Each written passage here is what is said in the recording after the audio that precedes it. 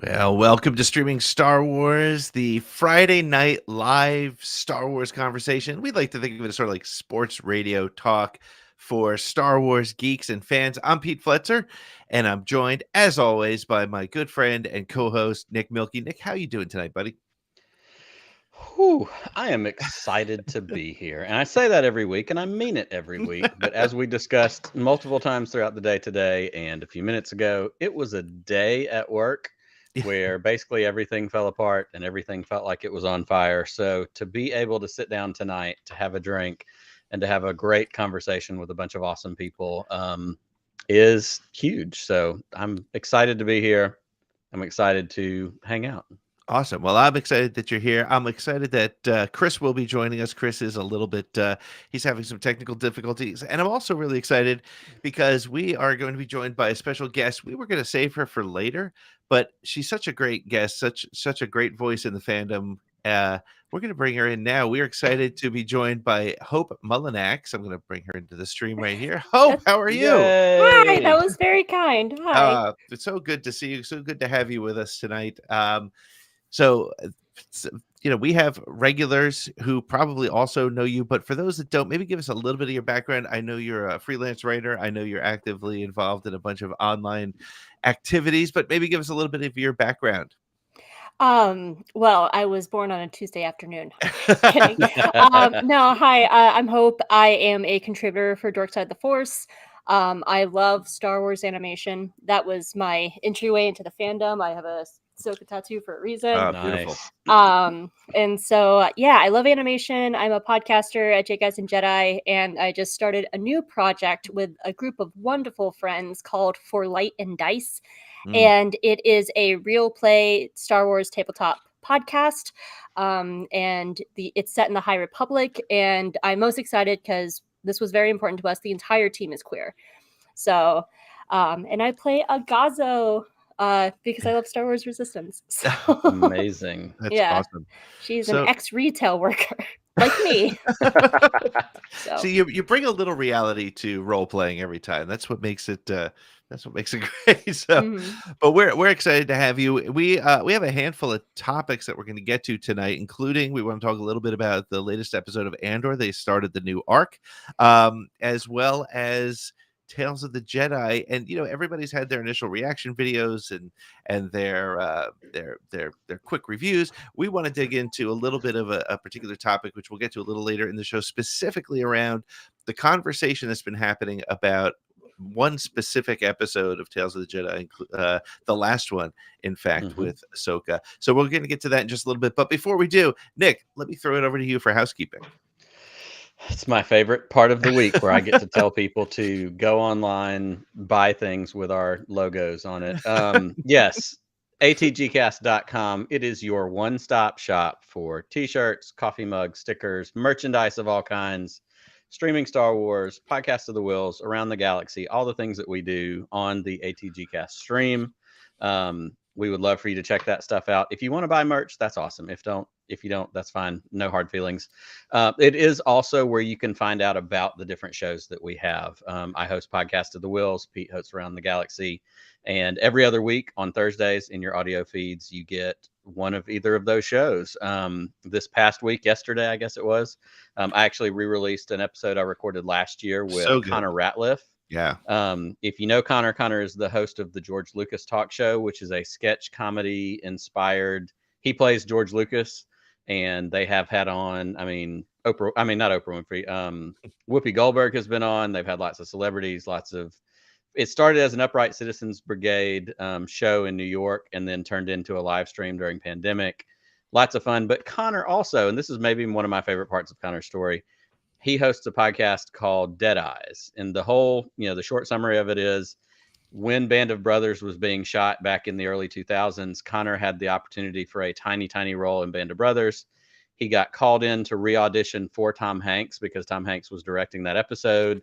And immediately after re-auditioning, he was told he didn't get the job, and it was because Tom Hanks said he had dead eyes. So it's this deep dive into career, disappointment. Like, it's funny. It gets into the bottom of, did Tom Hanks really say that? There's 3 seasons out. It's a great, great podcast. Lots and lots of fun. He tells great stories. So that was yesterday. Pete has another good guest coming up this next week. So atgcast.com. Tell you everything you need to know about all the things that we do. And also, we do have facebook.com/streaming Star Wars. Trying to branch out into Facebook, trying to connect with some other folks who might be interested in our pseudo old guy weird brand of Star Wars, where we like Star Wars and we're happy about it. It's just a fun place to be. So yeah, and when we hit 150 followers, before I got on, it was about 112 followers. If we hit 150, somebody's randomly going to receive some streaming Star Wars swag. So help us get there as soon as you can. StreamingStarWars.com. No, sorry, it's not StreamingStarWars.com. Don't go there. I don't know what's there. I don't know what's there. Yeah. Facebook.com/streamingstarwars. So yeah. Oh, and by the way, Nick, I just found out all t-shirts are on sale through the end of the day tomorrow. So if you want your shill shirt, you want your streaming Star Wars shirt, you want your Annie, Little Orphan Annie shirt, we got them. Little Orphan Annie. There may, by the end of the weekend, we may put up the very weird Christmas themed McRib sandwich t-shirt because I know, Hope. It doesn't, it's exactly what it sounds like. It's a McRib sandwich with a Santa hat on. But apparently the McRib is on a it's its own special thing. I put it on my TeePublic page last year because of a joke with another friend, and I still sell them, and I don't know why, because they're not being advertised, but people are finding this shirt, and it's funny. And now apparently the McRib is on a farewell tour, so now is the time to get a Christmas themed McRib t-shirt to wear to every weird sweater Christmas party you're going to go to this year. So it's there. It's the thing to do. That's right. We'll put it up this weekend. You'll check it out. It's weird. But also, the other thing I love to do on a Friday night, one of my favorite parts of this show, is shouting out to our friends in the chat. We've got people hanging out. I will miss somebody, but I see Brian, I see Matt, I see Seth, Dale, Jeff. Who else is here? I think that's everybody so far, but I know we've got folks tuning in, hanging out, watching. We raise our glasses to all of you. We say happy Friday. Happy. And I watched Andor earlier, and I was going to do the toast that Mon Mothma and Perrin and the other guy did, and I forgot it, so I can't. But cheers. Cheers. Happy Star Wars. And I wanted to say it was Togruta, but that's not. That's actually what Ahsoka is. So that's not it. But Togruta. It was something else. Yeah. So Togruta, whatever. Yeah. So yeah, that's it. Awesome.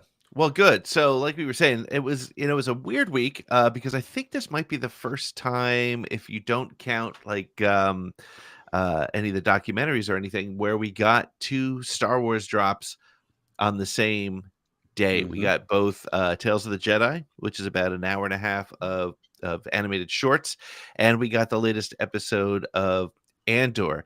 Hope, since you're our special guest, what was your take on first of all, since we haven't had you on before, how are you feeling about Andor as a series? Well, since Rogue One is my favorite Star Wars movie, I'm loving it. It's everything I wanted and more. I'm just blown away by it. I'm a very firm believer that Star Wars is for everyone, but not all Star Wars is for everyone. So it's nice to get a Star Wars that's kind of tailored to an older demographic. I love that it's highly political. It's not pulling punches. And yeah, like I knew it was going to be good, but I was not expecting it to be phenomenal. So it's so good. Yeah, I mean, it is. We've been saying it for the last, I guess, what's it been, 6 weeks now? I've been playing. We've been saying it over and over that it is so nice to see a show that's allowed to breathe. I mean, they're able to. One of the traditions of Star Wars, and one of the things that's great about Star Wars, is the fact that it has always been sort of high paced, action scene, a little bit of plot building, action scene, it's fast paced. What I love about this is it feels like some of the old novels. It feels like digging into the story. Absolutely. You're really I mean, the example that I give, and until I see something better as an example, I will continue to go there. But the heist felt like it was in real time. It added to the tension. It wasn't, it wasn't a big shootout. I mean, there was a shootout, but that wasn't the central piece of it.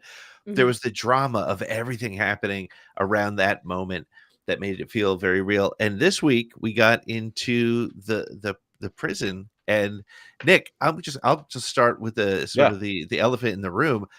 Andy Serkis is Andy in Serkis. jail with our boy somehow Snoke has returned. Andy Serkis.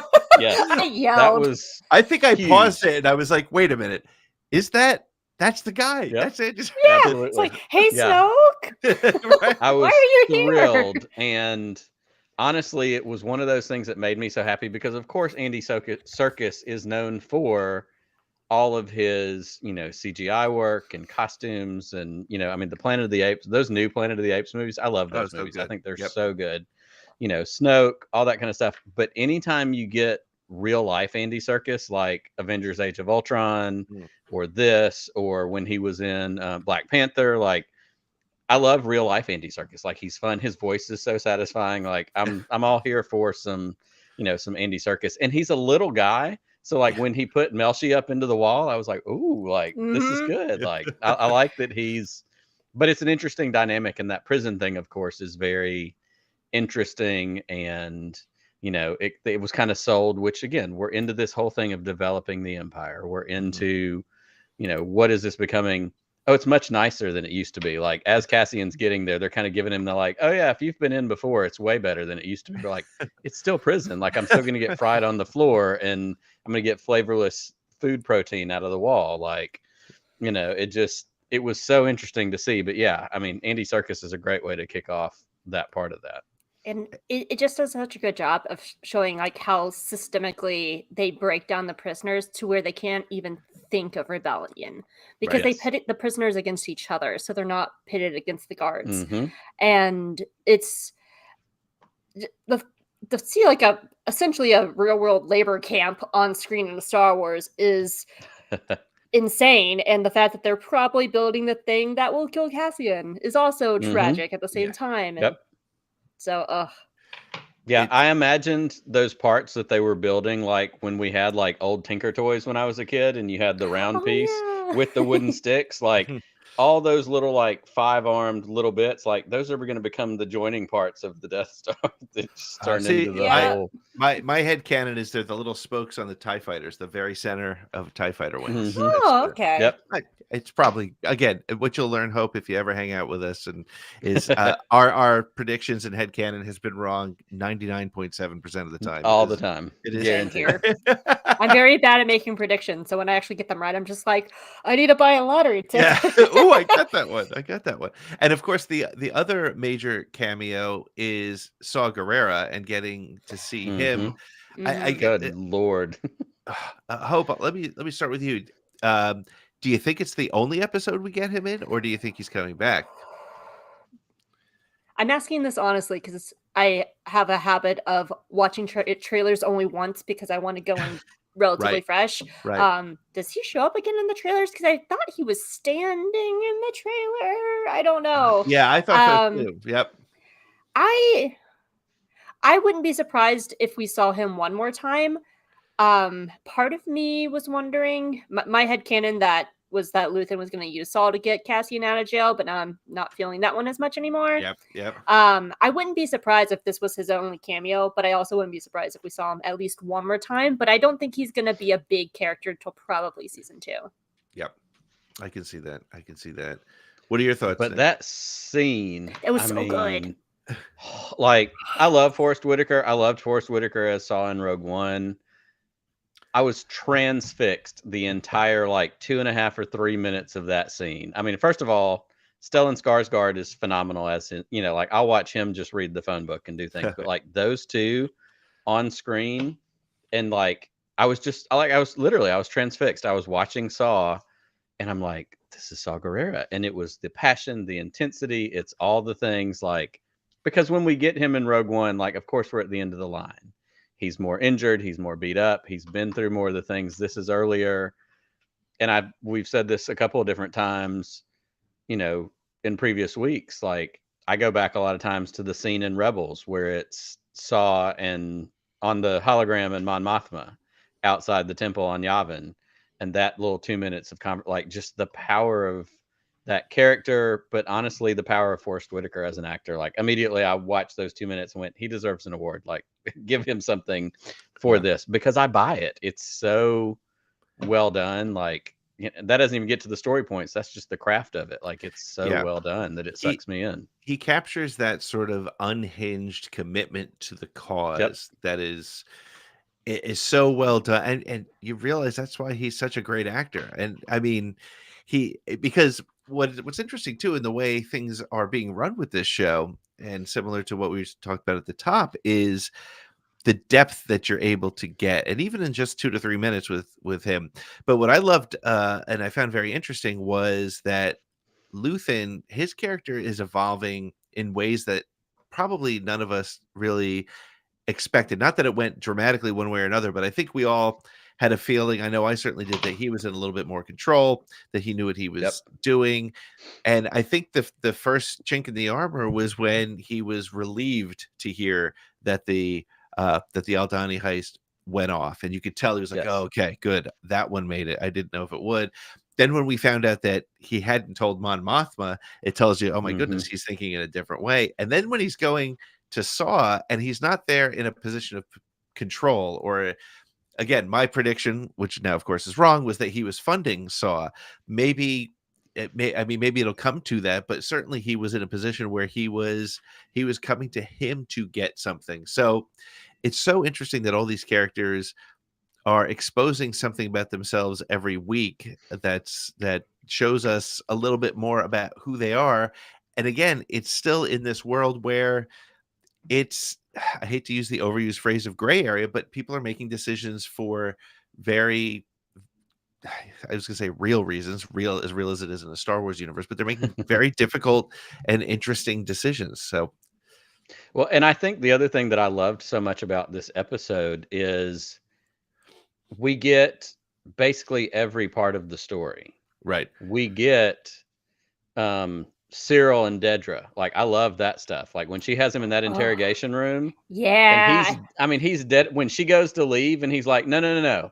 I solved a murder in 2 days. I did this. I did this. I did this. Like, he's making his case. Like, for as much as he's been mama's boy for 2 episodes and kind of a disappointment, kind of beat down, he knows who he wants to be and what he's trying to do. And he's trying to get there. And he's trying to get, she said, you've drawn the attention of the ISB, and it's this whole thing. I love that interplay. But then you also have Vel and Cinta and that whole thing. You get Bix and you get Brasso. You get Cassian. You get Mon Mothma and Perrin and, the party. And what's the guy's name? Her friend. Tay? Yeah, Tay. Tay. Yeah, Tay. Like, you get that dynamic. And then you get, Saw and Luthen. Like, every bit of this story. And I love that these episodes are almost an hour. My God, every time I pull up a new one and I'm like, oh, we get another 55 minutes. Like, I don't feel like I'm on the edge of, like, just when it's going to get good, it's going to cut me short. Like, right. It's time for it to develop. Speaking of the party, I just want to point out one thing is I'm getting more and more concerned for Mothma's daughter, Leda. Yep. Yes. And not because I think that, like, they're doing a very good job of writing her as just like a normal teenager. She just wants her mom. She doesn't want to be neglected by her. But the way she's looking at Tay and talking to her, I think that she's going to be an accidental problem of a teenager sticking her nose in too much business. And that little comment, he's here again, whatever it was that she said. Like, and Perrin seems to be wising up to stuff too. So I think that's very interesting drama, because Mon Mothma can only do so much, and the one thing that she neglected was looking like her family, and that might be the one that bites her.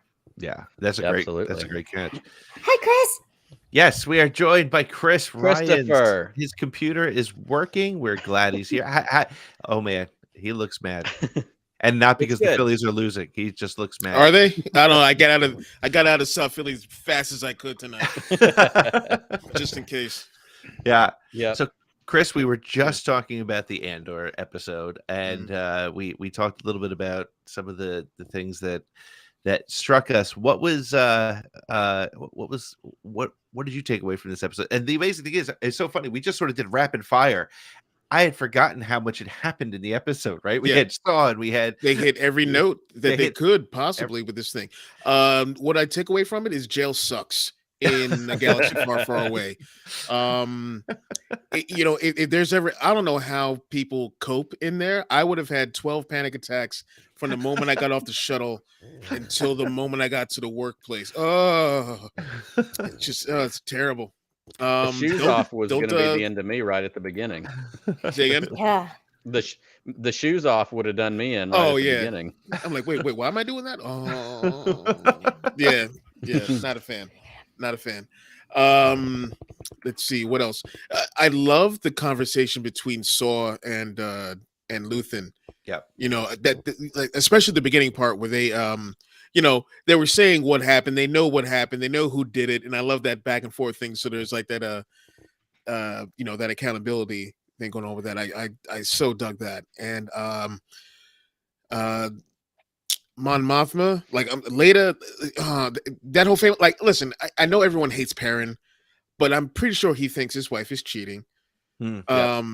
So Absolutely. that's, I think, one of the reasons why they're the way they are. Don't get me wrong, he's a douche canoe. But I do think that I do think that he's justified it in a small way with him thinking that his wife is cheating because she's not all that attentive to the family. So right. But I mean, she's doing something much more, I guess, important. Yeah, important. So yeah, I'm throwing it out there. I'm saying Tay is actually an Imperial spy. I hate to say it, but I think Hope disagrees. Ooh, I like this. Yeah, I think he is. I think he's he was very easy to give up his position on the Empire to her, and I feel like maybe he's trying to see if he can pull her out for his own gain. I hope not. I hope not. But no, that's the thing. You still can't trust anyone. Like, think a couple weeks back, I was talking about how much I loved I was such a fan of Dedra. Yep. I was like, look, they're doing their teamwork, and she seems like she's, she may work for the Empire, but she's just trying to get to the bottom of these crimes and everything. And now you see her as a straight up Imperial that we all know and hate from all the stories, and it's like, well, I used to like you. I mean, that's the power of this writing. Like, I'm very classically a person that, like, I love villains. I find villains far more fascinating than heroes most of the time, and when the writing is making you go, yeah, Deidre, wait, she's the Empire, like that. Exactly. And this is very much a show where good people do bad things and bad people can do good things.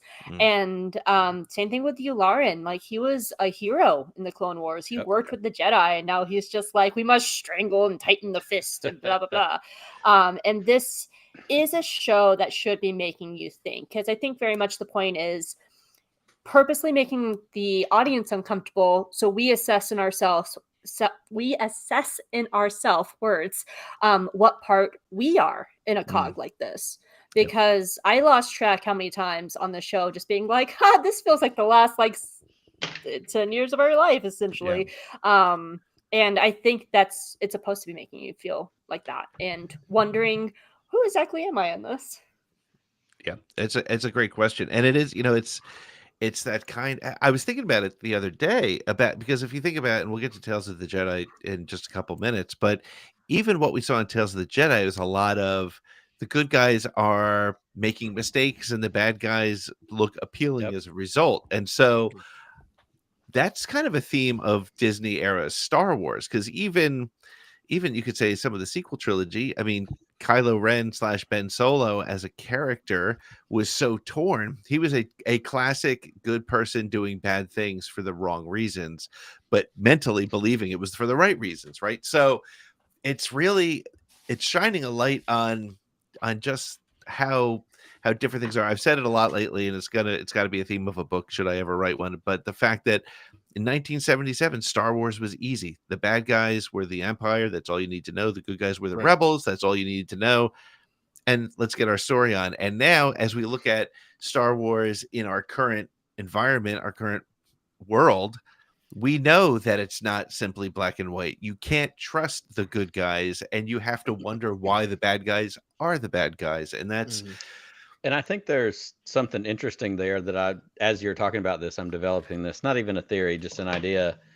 Like you said, in 77, it was very clear. Yep. You know, who the bad guys were, who the good guys were, but also the real world that we lived in, or some of us were going to be born the next year in, was also simpler than it is now, because of things like the internet and communication and knowing everything that goes on. So to see and we've talked about this before, but to see Star Wars evolve with the times is absolutely something we're doing, and is absolutely something that we witness.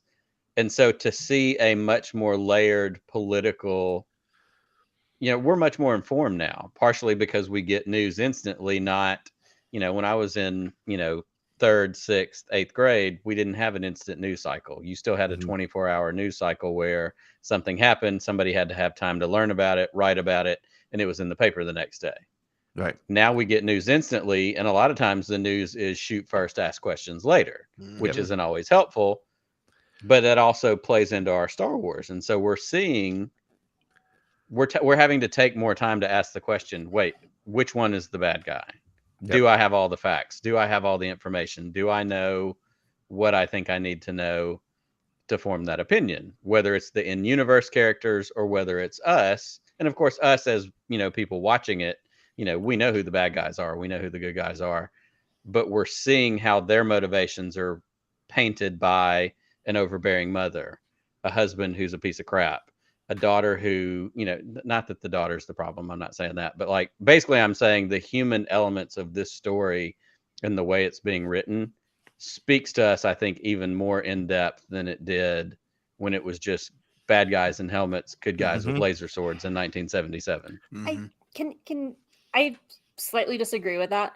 Please. Because Star Wars has always been political, because wasn't the original trilogy supposed to be a commentary on the Vietnam War? 100%. Oh, without question. Yep. Absolutely. And I don't see it as simpler, because the thing is that these things have always happened, but now with the internet, we just see it. But these kind of stories have always been happening. And so when we did get those like 6 o'clock news or those write-ups in the paper, it was about who was in power telling the story. Yes. And so it seems simpler, but really there were still all these bigger cogs trying to keep control of certain groups and subjugate them as well. The 50s might seem simpler, but we're talking about like McCarthyism, and they're just like, oh, you don't like your friend, like report them to, that's the whole point of the red and the purple scare. If you suspect that your neighbor is gay, just tell Mr. McCarthy and they'll throw him in jail. Just like how Tim threw Cassian under the bus. I mean, so it's actually not simpler. It's just with the internet, we see it faster. This is why I'm so glad you're here, because that's what I wanted to say, and I did a terrible job of saying it. That really was ultimately the point I was going for. And also in the chat, like Matt, I'm pretty sure this is Matt from Blue Bantha, in 77, Star Wars was definitely easy, quote unquote, but it was also for its time arguably angry at the political landscape. Right. We're in a new era of angry Star Wars. And then Brian also said, some of us, well, most of us, we've done terrible things on behalf of the rebellion. This is actually the clip I wanted. Binary doesn't exist in nature, politics. Good guys, good guys, and bad guys have always been fantasy. Correct. Yeah. Yes. Yeah, but and I love the comment, the quote. I'm sorry, Pete. At that cocktail party, when Mon Mothma was talking to the folks, talking about looking out the window and the view and the whole thing. And she made the comment, what was it she said, what your definition of bad is, or bad news is? It was something like that. Yeah, it was if you have nothing to be afraid of, why is it wrong? And she's like, I question your definition of wrong. Question your definition of wrong. Absolutely. Like, again, we're getting that commentary in such a good way. And so Hope, first of all, thank you for clarifying what I wanted to say and didn't do very well. But you're exactly right. Yeah. So that's again, I think what we're seeing is just such a great story that I've talked before about how the Last Jedi is still talked about ad nauseum 5 years later because it was probably or 3 years, how many years? 5 years, yeah, Yeah. later, probably because it was one of the most compellingly written stories. You don't have to like the story, you don't have to like it, but it was written in a way that there's a lot to talk about, and Mhm. Andor has certainly given us a lot to talk about. It was But like animation on screen. yeah, Say 100%. Well, say say what you want about Canto Bight. That's an episode of Star Wars Rebels. I Yep. I could absolutely see every single one of those aliens having been drawn by Filoni's team, and just 100%, and just the way it was. Yes, it was weird Star Wars in the best possible way. So but speaking of animation, so hey, first of all, I want to just thank everybody for joining us. If you're here with us live, thank you very much. Get your questions and comments ready. We will get to them a little bit later in the show. We're going to take a quick break, but when we come back, we're going to talk about animation. We're going to talk about Star Wars Tales of the Jedi. We're going to talk specifically about the 6th episode and its impact of the story change that we saw. So stick around. We'll be right Yep. back Come with to my TED Talk. Yes. Welcome. we'll be right back. This is Clanker, And I am MK0. and we're here to tell you about Geek John Toys and Collectibles. What the hell is a John? John is a slang term that is commonly used in the eastern United States city of Philadelphia, meaning virtually anything. Ah, so nerdy stuff then. I would assume so. Please continue. Right. Geek John Toys and Collectibles is your pop culture destination for all the plastic crack you're addicted to. From action figures to comic books, from Funko Pops to high-end merch, they have the stuff from all the major and indie companies alike. Check out their eBay store to see their wide range of items. Find them on their eBay store at ebay.com/USR/GeekJohnOutpost or email them at geekjohnoutpost@gmail.com. Geek John, these are the Johns you're looking for. Oh my maker, I can't believe they made me say that. Yes, we are back. Thank you very much for coming back. Thanks for hanging out with us. If you're hanging out with us, we are going to throw a link up in the chat in just a little bit. We want to get your opinion on Andor. We want to get your opinion on what you thought of Tales of the Jedi. And I want to get your opinion on what we're going to take a deep dive into now.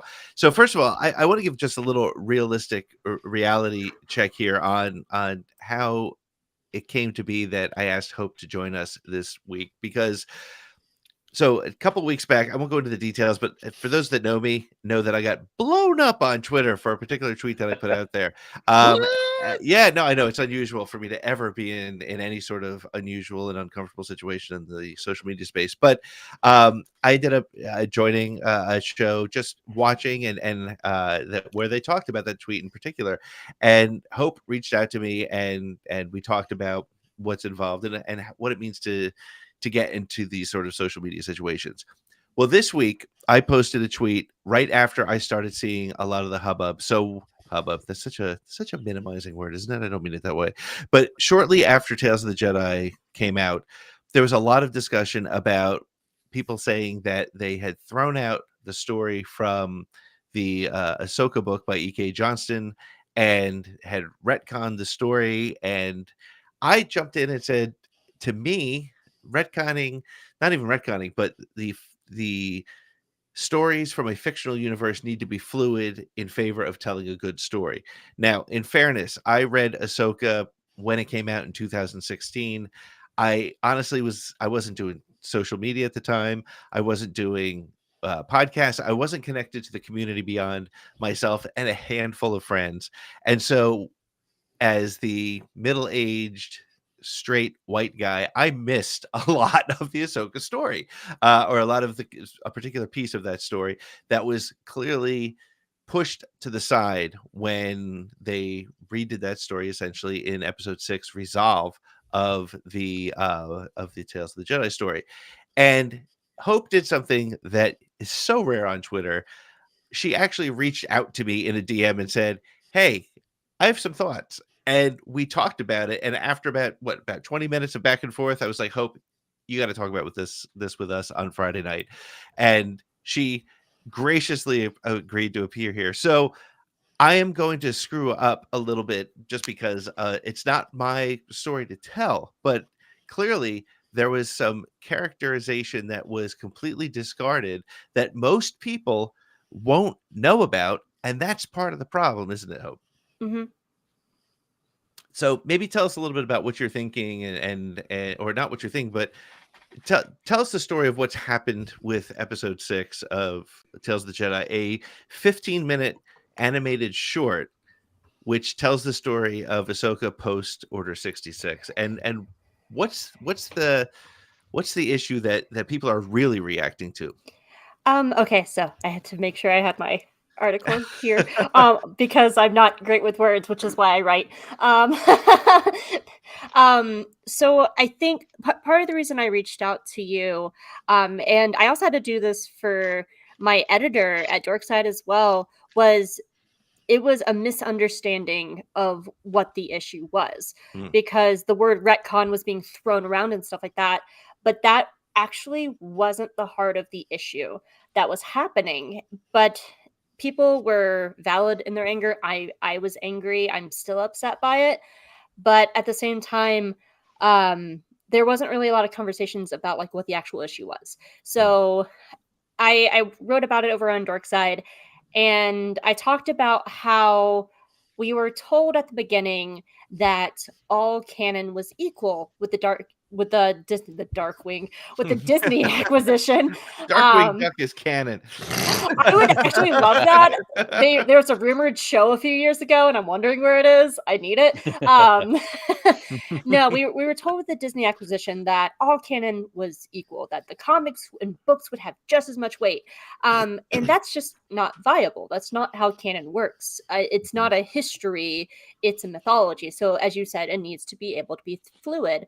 And so when Tales of the Jedi came out, like I was upset, but in my head, I could rationalize the whole thing of like, okay, Ahsoka then had 2 adventures. She's faced 2 Inquisitors. This is what happened. Blah blah blah. And it came up that the question was why? Why should I have to do this? And what it really comes down to, especially, sorry, forming words and reading and talking do not work for me. What it really comes down to is Resolve is almost a beat by beat story of the Ahsoka novel. And on the Nerdist, Dave Filoni even came out and said that it's the same story outline that he gave to publishing years ago, which I have to assume is the Ahsoka novel because no other story in publishing has tackled it. And he said specifically in the article, it was always the same story.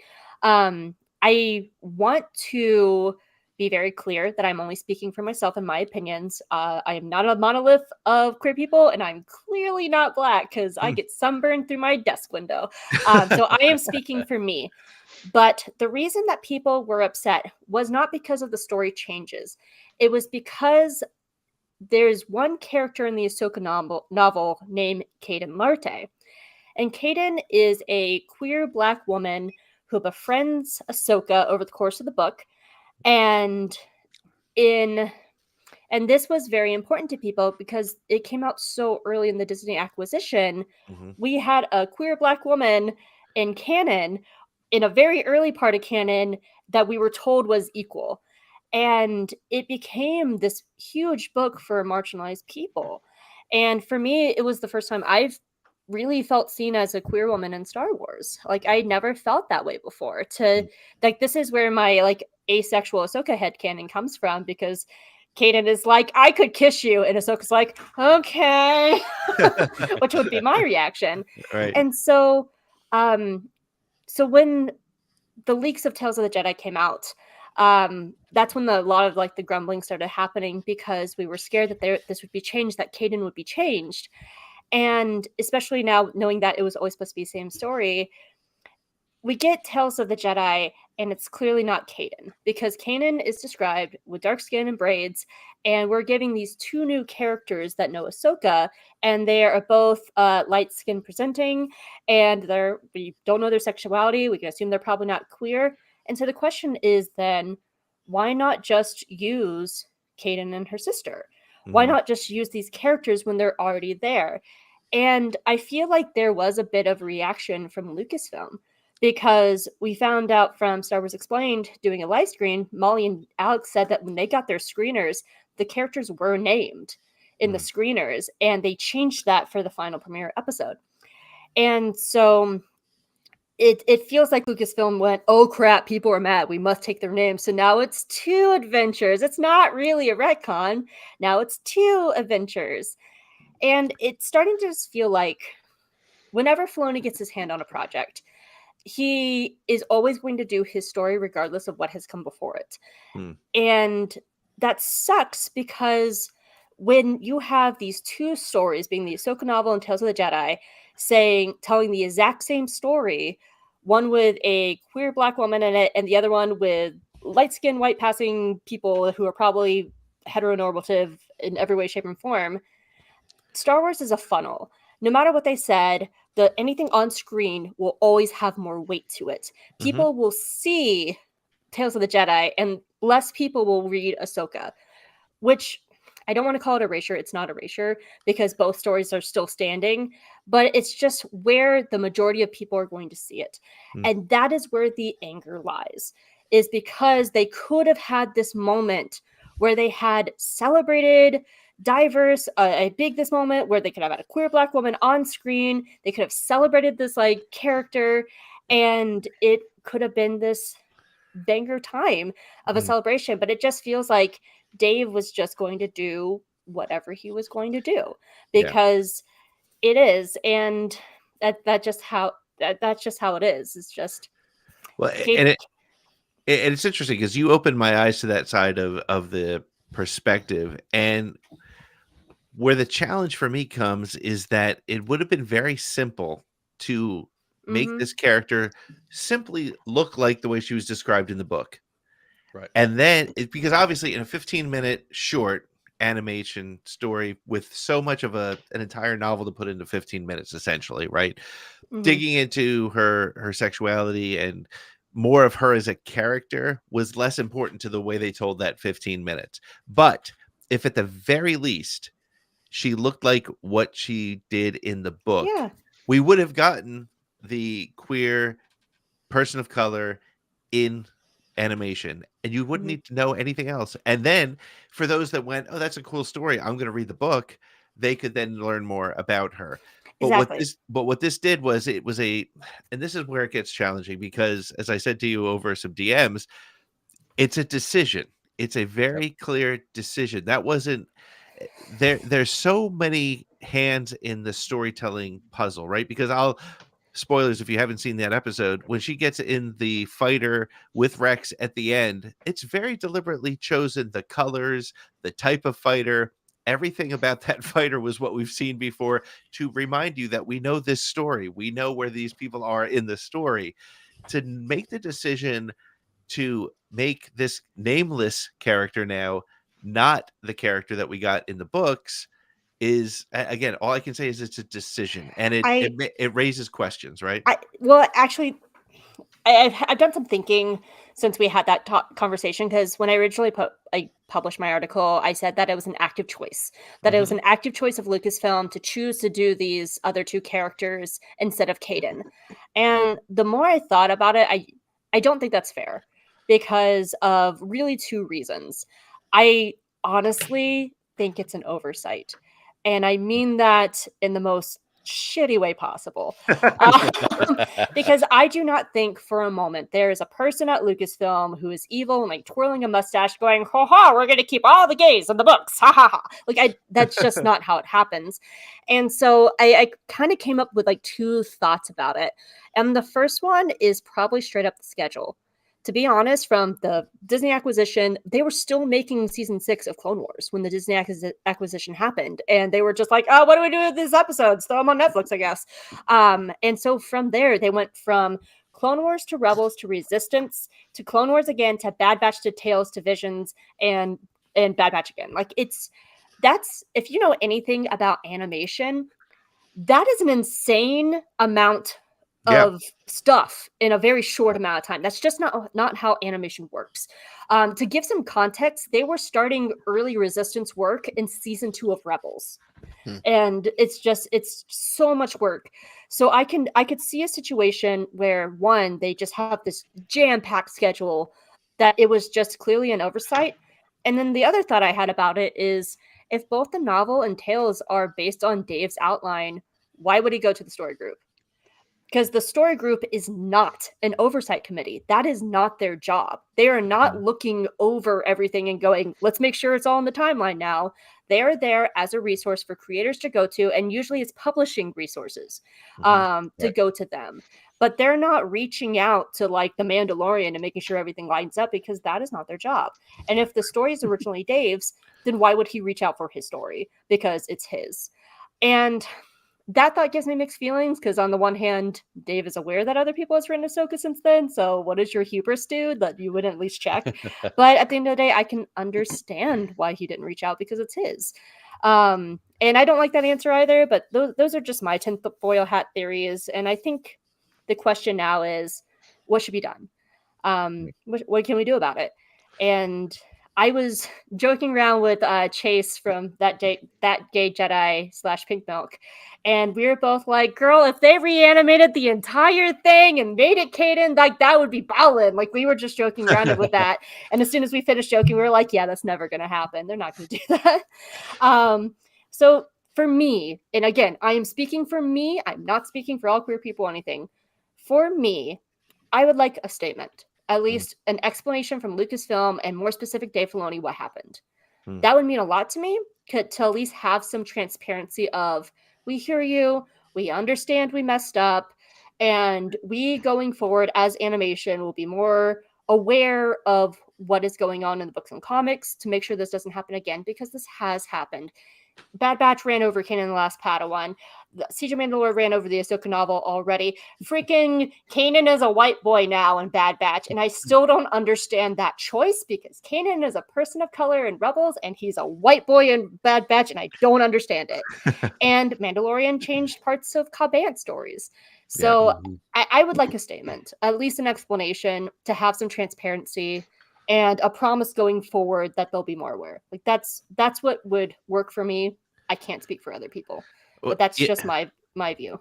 Let me ask you this way. I mean, what if there was no overt statement, but what if they went in and re-rendered that character to That's look what you Chase want, actually. Yeah, but, I mean, honestly, though, Game of Thrones pulls out a Starbucks coffee cup, so you don't see it when you watch it's the different. rerun, so. It's different with live action animation, though. You're talking about that's a heck of a lot of expensive work. It's not as easy as digital taking out a coffee cup. You're talking about changing character models, changing hair. Hair is incredibly hard to animate. Yes, that's true. You're talking about changing the brother's entire gender, because Caden had a sister, not a brother.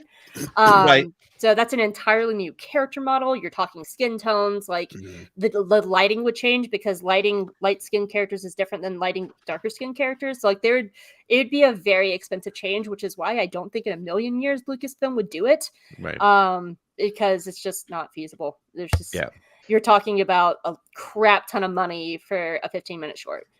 Which is why I feel like a statement of transparency would be a much better route to go, of at least being like, hey, we hear you, we effed up, sorry. And here is our promise going forward. And I specifically want to hear it from Dave. And to be also Brad Rowell. Brad Rowell is an executive producer. He's part of the animation crew.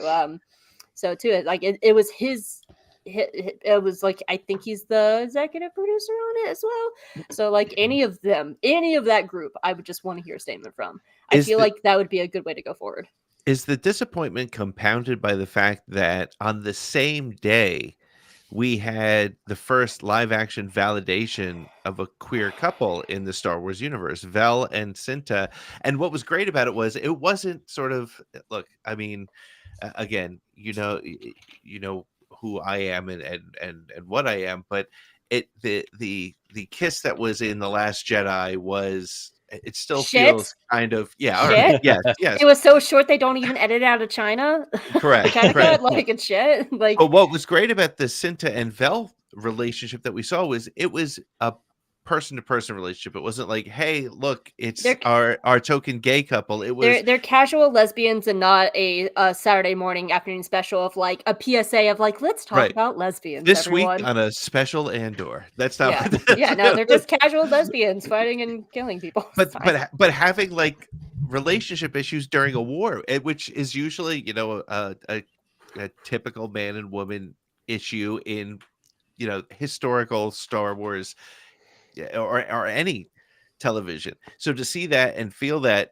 on that day, and then, you know, which is probably one of the reasons why it just totally blew over my head, and I didn't even think about Ahsoka, because I was like, that's cool, they did that and they went there. But the question that I had for you is, does that make the Resolve story, does it make that problem worse, or is it still sucks no matter what, I suppose, right? I might not be the best person to ask about this because animation is my main medium. I love animation. I write about it. It's why I became a Star Wars fan. I became a Star Wars fan seeing Clone Wars on the movie theater in 2008. Like that was when I became a Star Wars fan. Because I watched them growing up, and the movies were fine, but I didn't like them. But like I fell in love with animation, so I might not be the best person to ask for that because honestly, I've had Orca and Flix for so long, and they are the first on-screen queer couple, and those two mean the world to me. There's a reason I play a Gazo in For Light and Dice because those two mean the world to me. Yeah. But thinking outside of me, I could see that.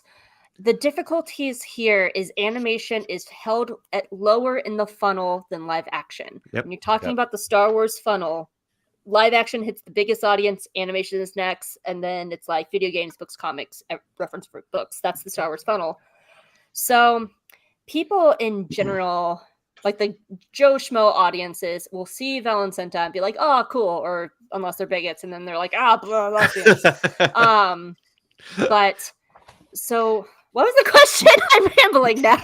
It's all right. No, I was asking if I wanted bigger impact. Go ahead.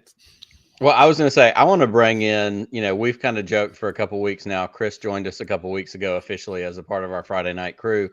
And Pete and I both say all the time, Chris is our lore master because Pete and I don't read the comics. I have read books. The last time I consistently read books was old EU in middle school, you know, Thrawn trilogy, Jedi Academy trilogy, all that stuff. But like, Chris, I would love to hear your thoughts on this issue. Certainly not only as our lore master, you're a comics guy, you read the books, all that, but you're also a person of color. And, you know, I know you and I texted about it earlier. Actually, I texted Chris before I even got to this episode. I said, we're friends, right? Because my Tales of the Jedi thing overall was just like, I was just kind of meh about it just because animation and original Clone Wars was my thing. But I'd love to hear from you, Chris, as a person in your position, point of view, the things that you love and are passionate about as relates to this as well. To that sixth episode you're talking? Yeah, absolutely. I had never read the Ahsoka novel, or I didn't get far enough in the Ahsoka novel, and it's sitting on my Audible. I need to really get back on it. So I need to get back on it, but it didn't. At first, it didn't. I hope I don't get any heat for this. At first, it didn't bother me. Right. You know, I didn't know about the the black character and everything until I think Pete, until you said something to me earlier today.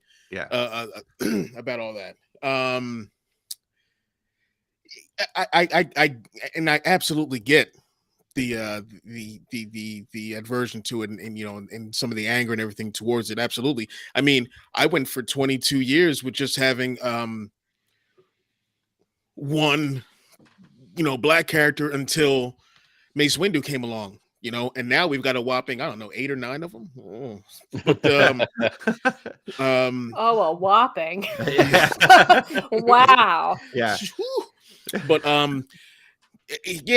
that is something, hearing this, that is something that they're going to need to address in some way, and just do better going forward. And I mean, the one thing is that it's, I hate to be like this, but it's baby steps. It's going to take time. Like, I had baby steps for 20 plus years waiting for another black character, and then it was another few years before there was another one.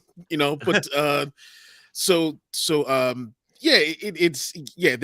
definitely have some more work to do.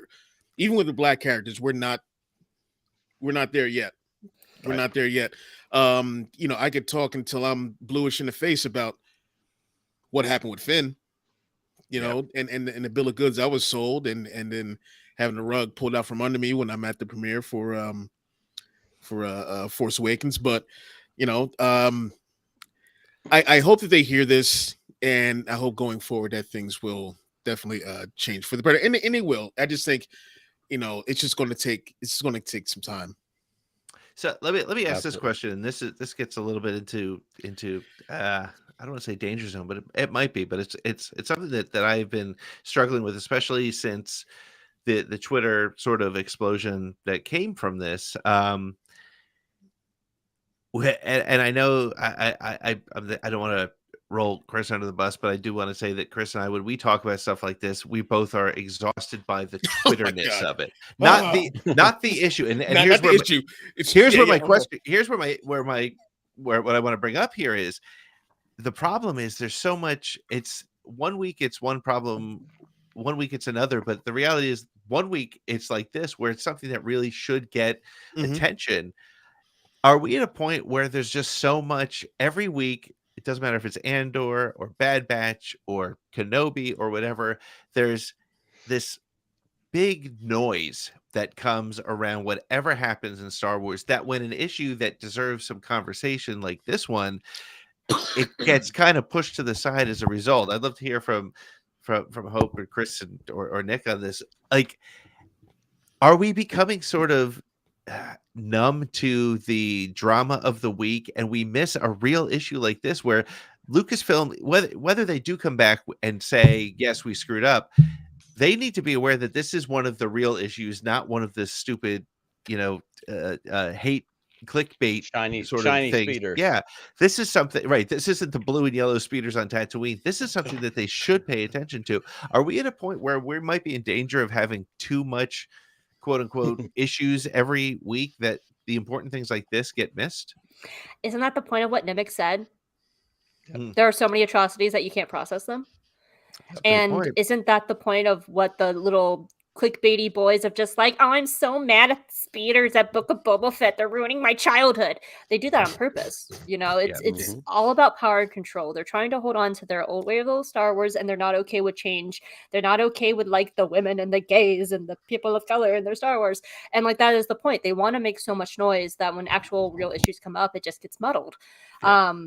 I will say, I think there was a misunderstanding for this issue. Let me say, I'm talking about this issue with Caden. Yep. I do think there was a general misunderstanding of using the wrong word of retcon, but I was talking with my editor about this, and she was like, the word retcon gets thrown around so much to the point where it has been weaponized, and that's why it's tiring to hear it.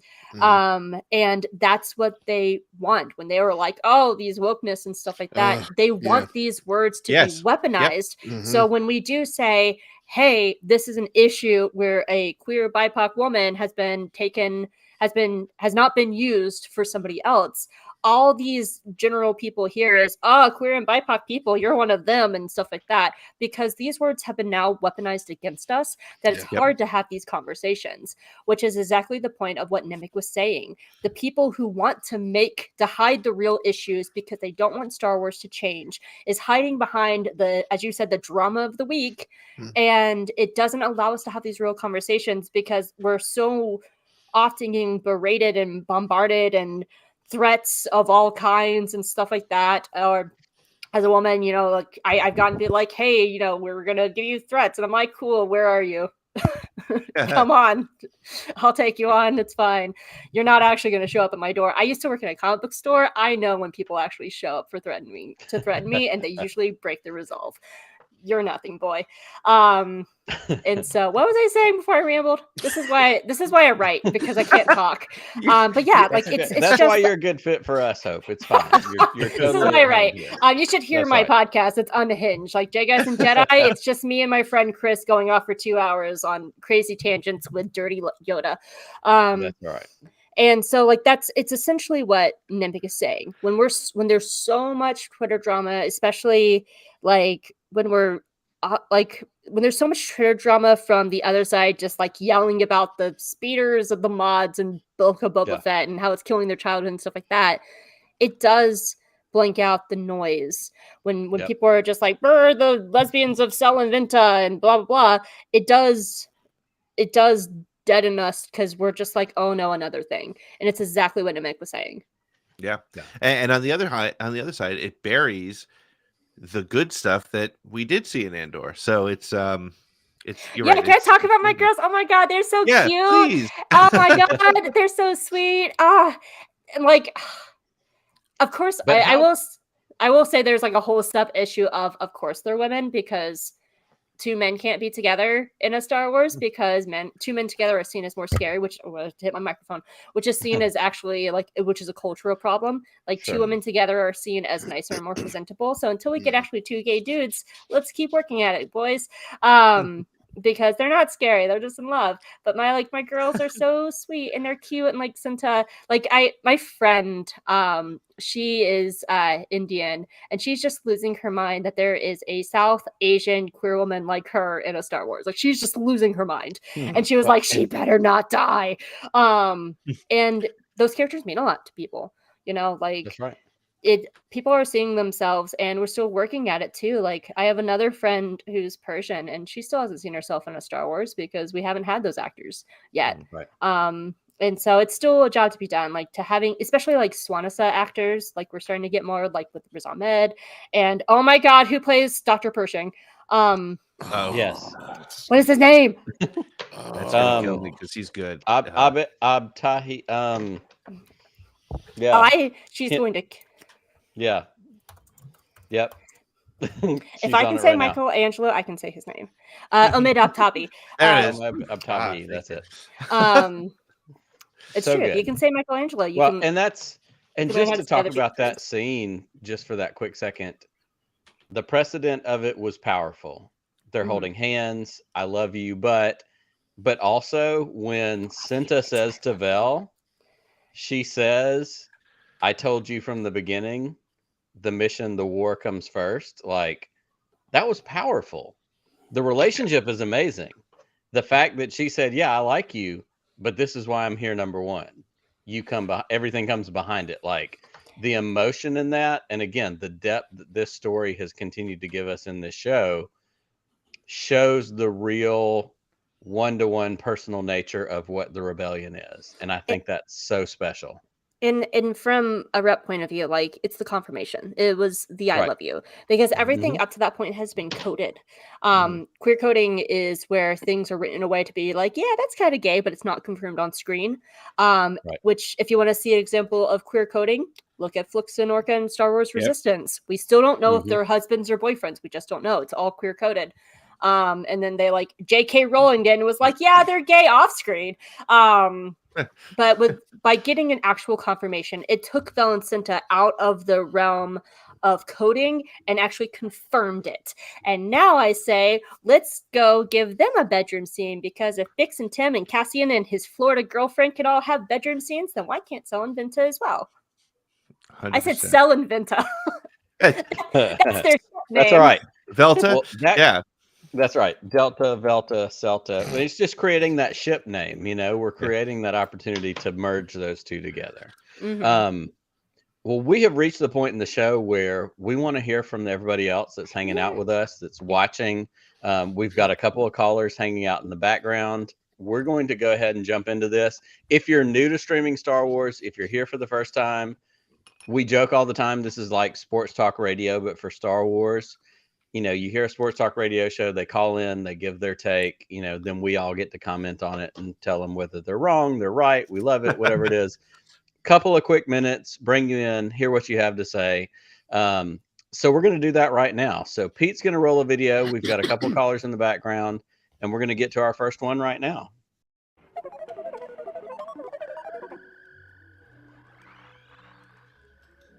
Greetings, Exalted One.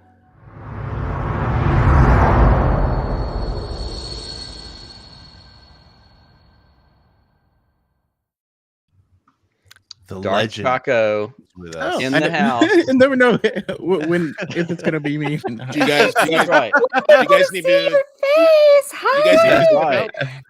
Do you guys What's need to up, step out? friends? How are Is there you? quota here? Do you need I love your See, Pikachu Chris, hat. this is the problem. This is a problem. I love your Pikachu hat. I have my own tiny Pikachu. That's awesome. Well, first and foremost, I will have to say that I disagree with Hope because Hope Oh, said no. that she doesn't do well speaking, and I think she's done excellent Crushes even it. on She the is soft absolutely tough killing it. stuff. Thank you. Absolutely. And I'm Killed just it the like whole time. enraptured, just like, Yep. oh, she's I get nervous and like words get jumbled in my head because I'm like, I'm nervous and I'm saying very important things. I hope they come out right. Good luck, everyone. but it's Godspeed, awesome. Rebels. Also, I appreciate everyone who loves High Republic. So, yes, it's super awesome. Anyways, man, where to start? There's a lot. I put in the chat, and this is actually kind of stolen from Jared, the Dark Jedi, if you guys know him. Sure do. Where he said that the way that Dave Filoni will write around things seems vaguely antagonistic, and I have to agree, and it kills me. So when I watch episode 6 of I want to say Legends of the Jedi, but that's not what it is. Tales of the Jedi. Tales of the Jedi. My mind is just going really fast because there's a lot I want to get to. Yes. It's weird because like it's been stated, it doesn't technically retcon the Ahsoka novel, right? It looks like we're on a different planet. Those are different people. That's a different Inquisitor. But it's told in a way, like it's very clearly intentionally told in a way as like a crib sheet for people who didn't read the book, who want to have a similar experience. That being said, you could do that 1,000 different ways. You don't have to like there's no way that no one at any point was like, this is awfully similar. Are you just trying to be like, I feel like at some point in time, you can get the same message across by making it very clear this is a different story in a different time period, or this is a vignette of this story. If you want the whole thing, you should read this book, which is what I would do, because you're funneling people back into it and you're bolstering Star Wars on all sides. But it is weird, and I don't like that feeling because there's so few, like you said, queer characters in Star Wars or people of color. And I know that they can do this because that's exactly what they did in season 7 of the Clone Wars. We got to see Ahsoka on her own, meet people, see how those people view the Jedi, and her make a decision that she needed to like that. That was, a condensed version of the book told in a visual medium. But that also kind of brings in some of my feelings on Tales of the Jedi as a whole. Loved all the Dooku stuff. Meaty. It was deep. It got you thinking. And it increased your interest in the character of Count Dooku. I love Ahsoka. Don't get me wrong. But I feel like we've spent so much time on Ahsoka in this time period that her stories lacked that meat. You know what I mean? They didn't they were all things that I feel like all of us were able to glean solely from the trailer. All 3 of these Ahsoka novels, what would happen and what they would mean. And you can't do that for the Dooku ones. And that's kind of been my I guess kind of issue with it. While enjoyable, and I did get to see the first episode. I was at Star Wars Celebration, but there's just more that could have been done, or different stuff that could be done. But all right, I totally understand that because like I understand thematically why they chose Ahsoka, because both Dooku and Ahsoka left a Jedi Order. Like thematically, I understand, but I love Ahsoka. Like she's my favorite Star Wars character. Like she's my favorite character in the entire franchise. But I also agree. I would have liked to see a lot of people. I saw someone throw out Leia because she also left the Order. She chose not to be a Jedi, and I'd give anything for a 3-part Leia story of her training with Luke, her with Ben, her with Rey.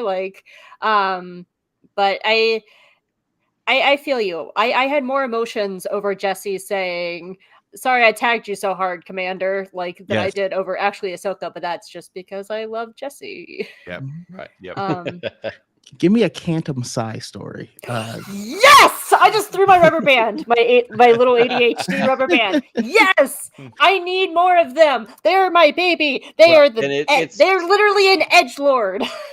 Absolutely. It's I so mean that because interesting. they etched their boyfriend in Midnight Horizon. A YA book. They actually use that word. I love them. They're the best. Give me more Amazing. Kingdom. I'm sorry. I'm very emotional about them. No. That's awesome. I love the passion. And that's the thing, and that's why I love having these conversations when we have. I don't want to be Chaco. big anymore. I feel awkward now. No.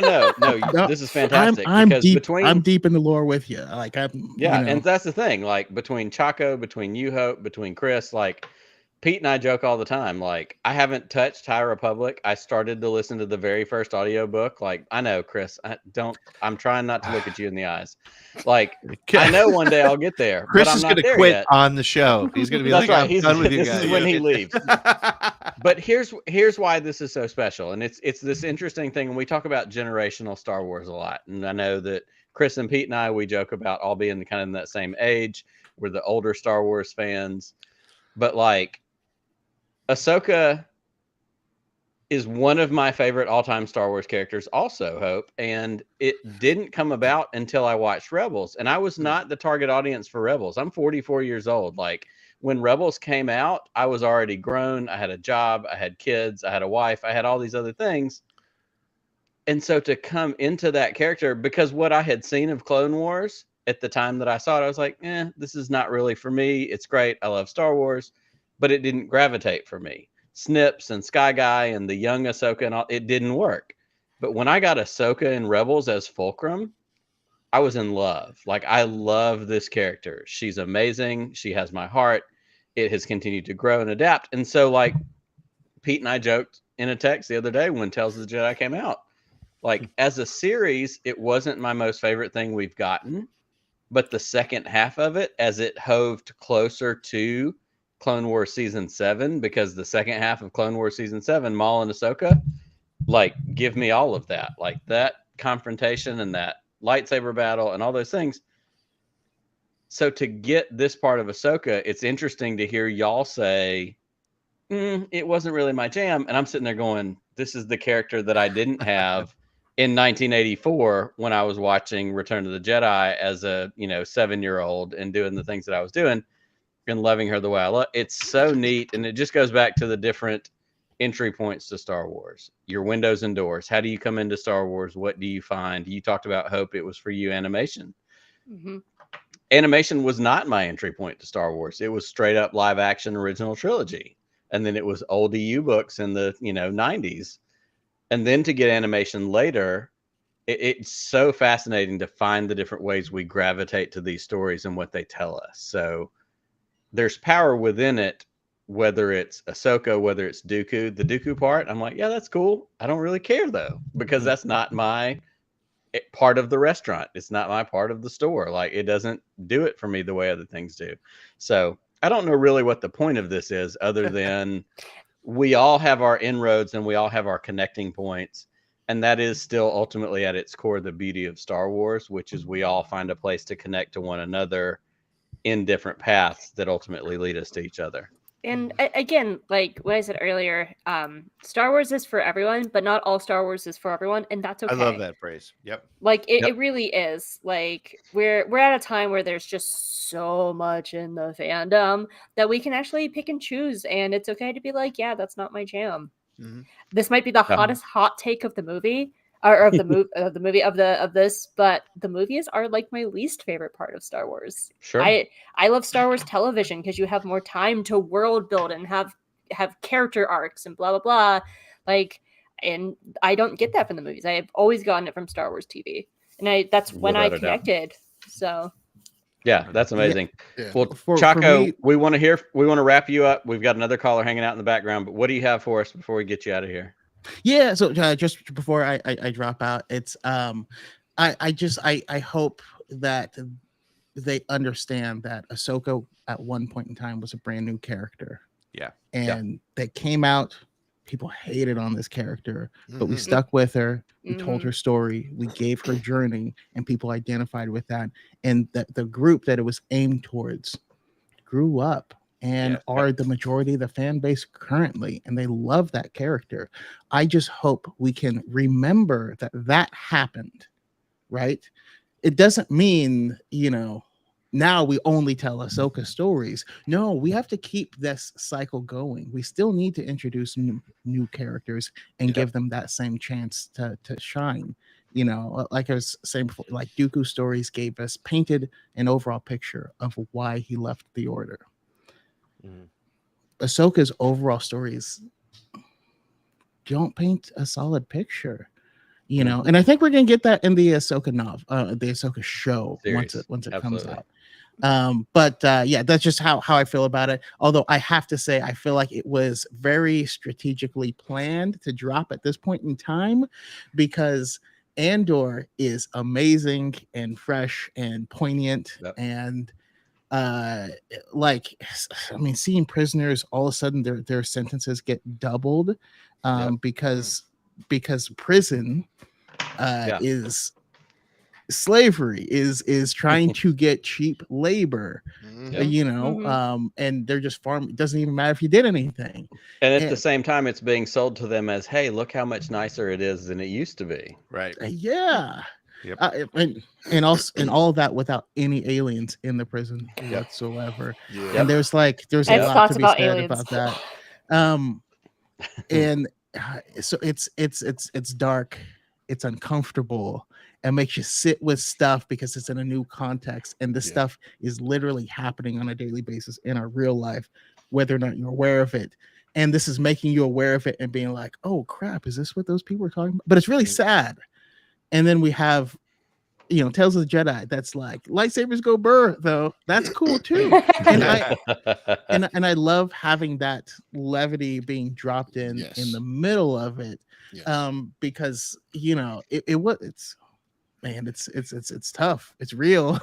You know, I forgot, because I watched that episode of Andor and then I immediately put on the Tales of the Jedi afterwards, because I need all of it right now. And I was like, oh yeah, space fantasy. I almost forgot what Star Wars, you know, what the rest of Star Wars is like. I love that. I love that. I need more stories like that really go to all these different places and different styles of storytelling. Oh, it's so good.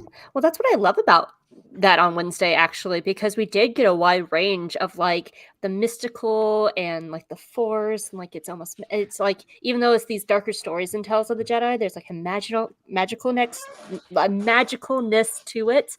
And then you get to Andor and I'm like, oh, that guy's unalive.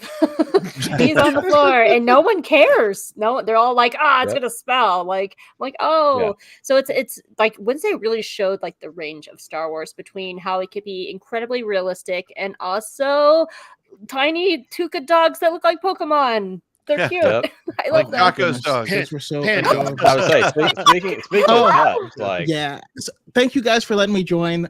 This absolutely, one so good to see you. And has to And go I to the just want to restroom, say, so. Chaco, I know we've talked a lot, but this is our first time actually talking. It's so lovely to hear your voice. I certainly hope it's not the last. Definitely, so honey. I might have project I'm working on. I'll reach out to you about it. But thank you guys again for letting me absolutely join. so I'll let good you get to see the you. Other amazing guests. Absolutely. Thanks so much. Good to see you. Godspeed, rebels.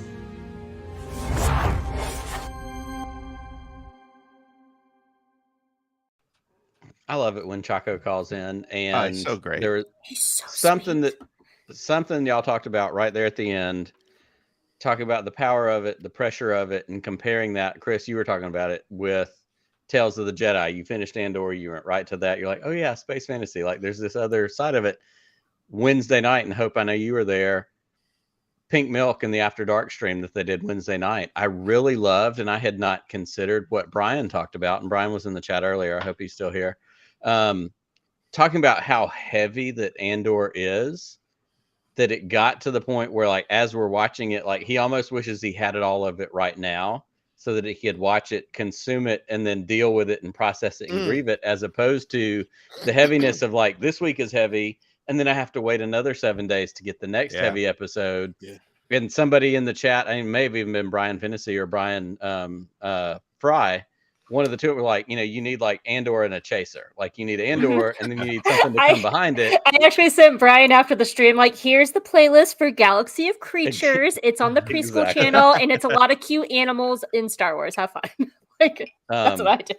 But yeah, so it's so powerful to think about, again, the stories that hit us and affect us in such a way. And George Lucas did it in 1977. It has continued all these years to get the power of these stories that, you know, whether it feels heavy because it relates to real life, whether it's heavy because it relates to a personal situation, it's still amazing storytelling. And we're getting that on so many different fronts: animation, live action, books. I mean, again, as much as I make the jokes about the High Republic, I know that they're good. I know that people love them and are in the tank for them, and that's fantastic. It's so great that we get all of that. Speaking of great, speaking of things that we get, we have another caller. And this is what's great about this show and callers and people that call in. We have somebody calling from the other side of the world. At this point, it's like next Thursday where he lives. He's already seen Andor episode 9. I would say he's seen next week's episode of Andor at this point. So do I know this person? Let's run. Yes, you do. You might. Oh, no. You might. Well, yeah. You know, you may go ahead and leave the stream while Pete runs the video. Well, here we go. Hello, what have we here?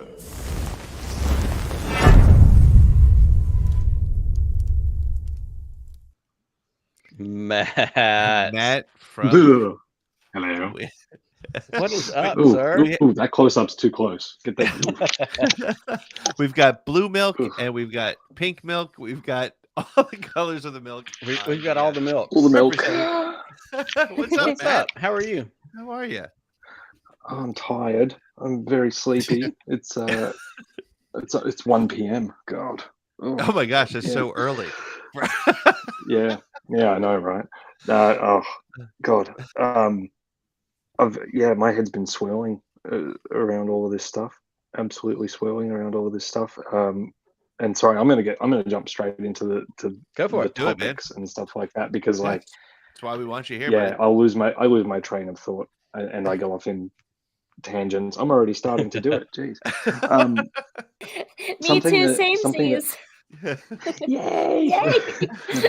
Also, hi Hope. Hi. Hi, Hope. So good to see you. Yeah, you too.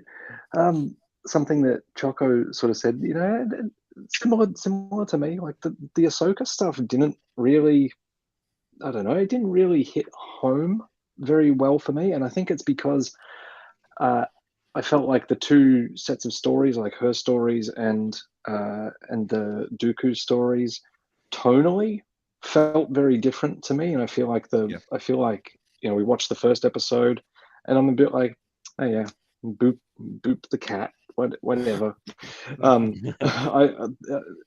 Cool. Like some people love that stuff, and I'm just like, okay, it didn't tell me it didn't do anything for me. But that's just me. Cool. Then we get to this Dooku stuff, and it's so tonally consistent, and I felt like it really did a great job of embellishing the character without treating us with kids' gloves.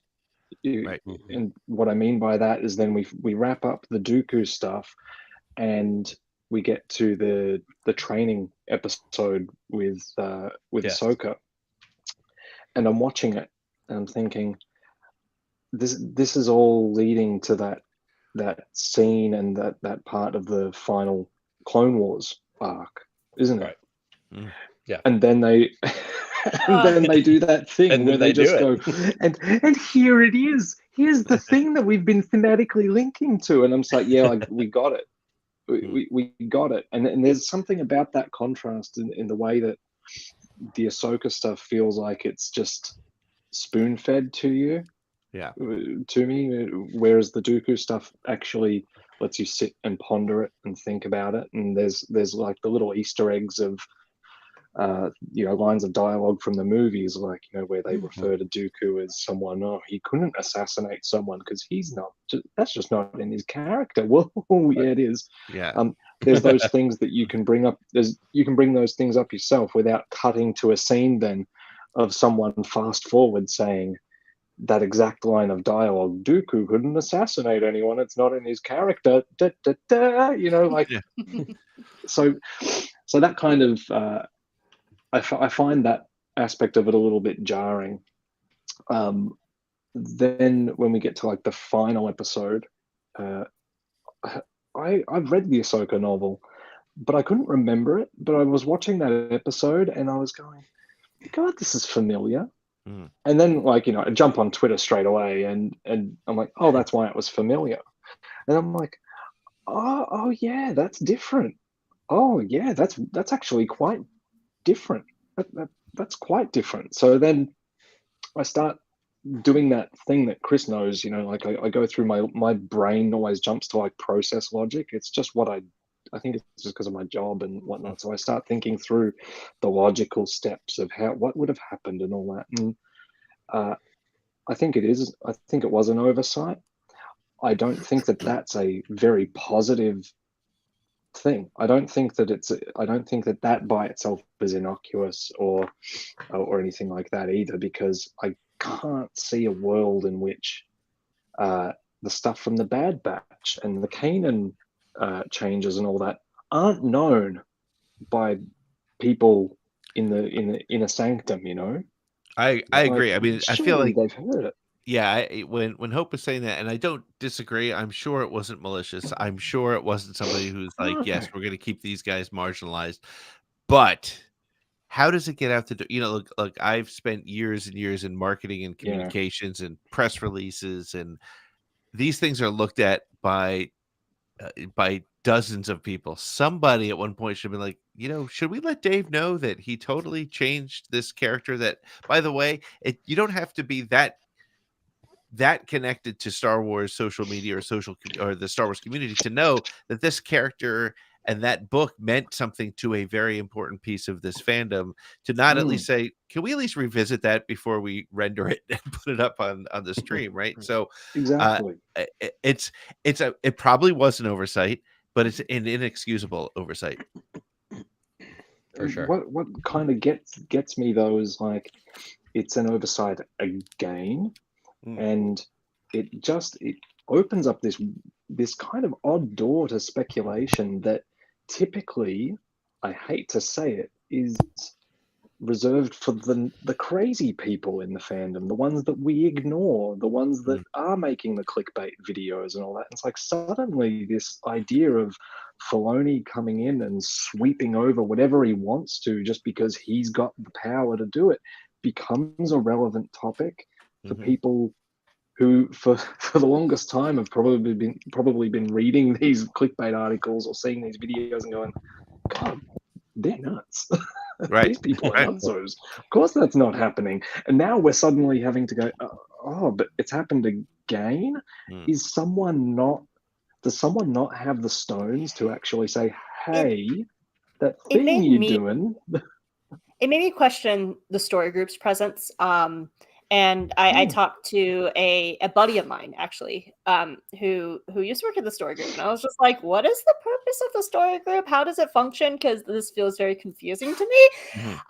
And he clarified, they're like, he was like, they're not an oversight committee.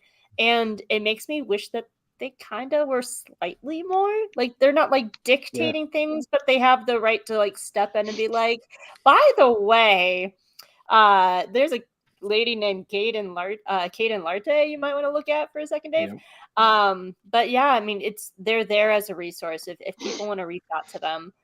That's what they're there for. But I do feel okay, I should say this is all me, my opinion, my tinfoil hat theory. I do feel like there is kind of maybe an air that people are not really wanting to say things to Dave, because when it comes to Resolve, it does take on more of a mythology, and like I personally can retcon it in my head that like Ahsoka has lived on 2 planets, has fought 2 Inquisitors, and at one point Bail Organa was like, "You want to join the rebellion?" And she was like, "Yeah." And then she got there and she was like, "Nah." And then he asked her again, and she was like, "Yeah, Let's sure, try for it reals this again.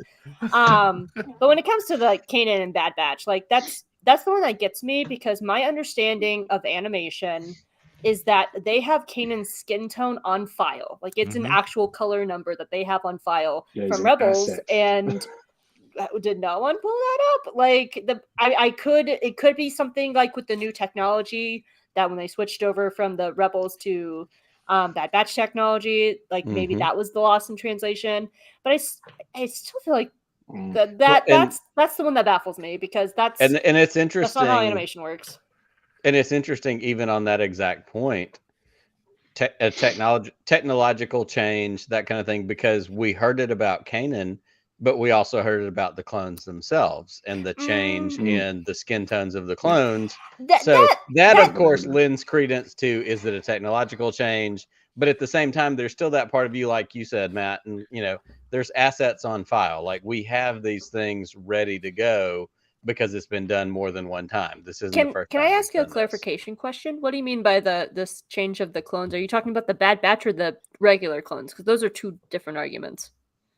There was a controversy when Bad Batch came out, and I think it was maybe with the Bad Batch themselves about the lighter tone of their skin. Yeah, like the source of that was that because they're variants. Well, no, they're seen as superior. They're superior, perfect, more pure versions of the clones. That doesn't work either. Exactly, and they're lighter skin tones. And Crosshair even has lines of looking at the regs, going, "We're superior to you," and they have lighter skin tones. So like that was the heart of that discussion. Right. It wasn't that it was a change. It was because it was being presented as they're better and lighter skinned. Right. Yeah, that wasn't the direction to go. Well, Matt, before we get out of here, what else do you have? Yeah. So I want to refer to a comment that Pink Milk, I'm assuming that's Brian. Yes. And this is more about, I guess, the problem of the week discussion that we just had, and so like whether you can bring the comment on or not, we can see problems in things and still enjoy them. The idea of a problem of the week is kind of a dangerous point. 100%.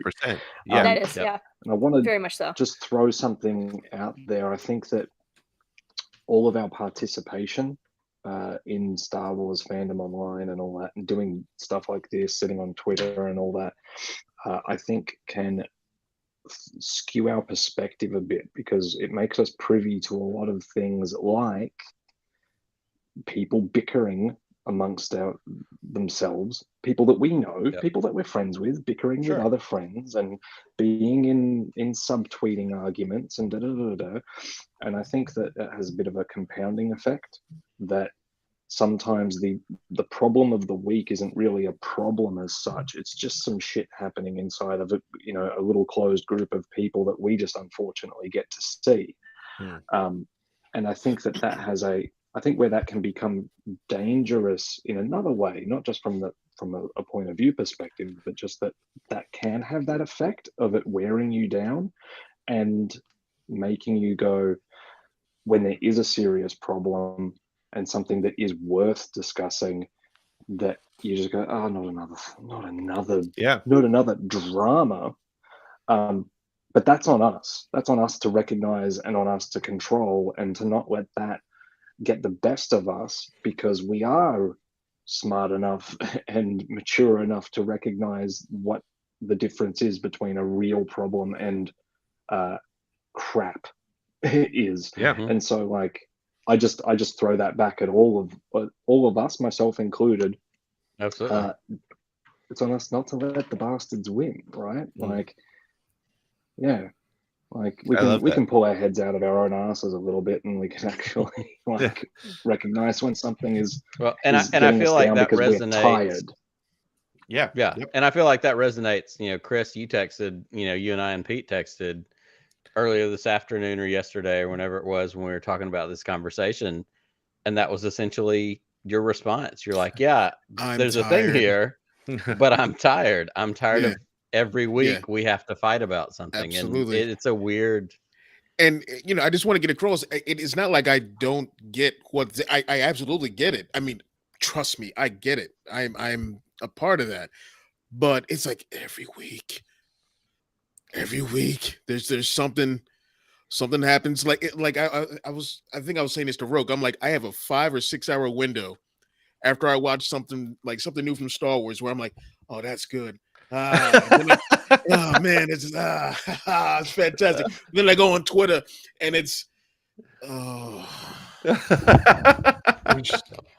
mean, but no, this one is valid. This one is absolutely Sure. legit.